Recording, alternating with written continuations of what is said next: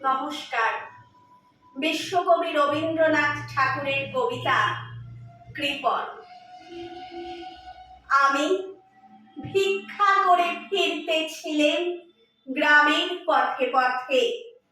তুমি তখন চলেছিলে তোমার স্বর্ণরথে। অপূর্ব এক স্বপ্ন সম লাগতেছিল চক্ষে মম। কি বিচিত্র শোভা তোমার, কি বিচিত্র সাজ। আমি মনে ভাবতেছিলেন এ কোন মহারাজ।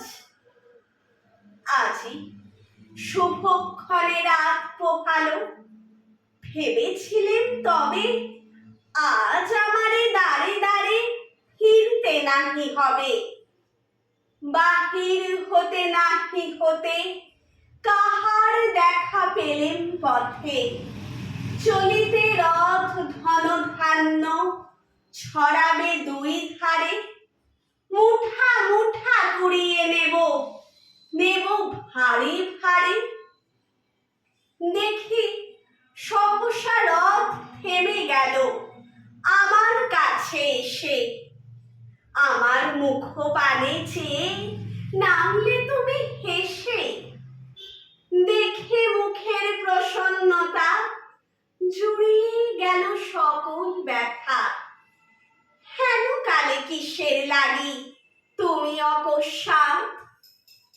আমায় কিছু দাও গো বলে বাড়িয়ে দিলে হাত।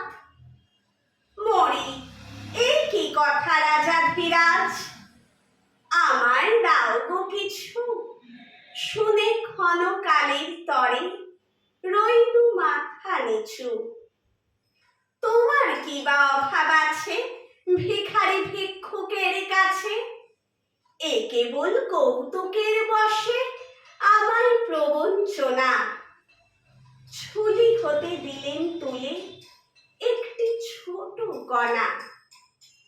যবে পাত্রখানে ঘরে এনে উজাড় করি, এ কি ভিক্ষা মাঝে একটি ছোট সোনার কণা দেখি।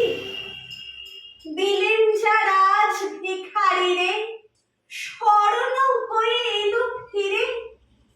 তখন কাঁদি চোখের জলে দুটি নয়ন ভরে। তোমায় কেন দেইনি আমার সকল শূন্য করে। নমস্কার।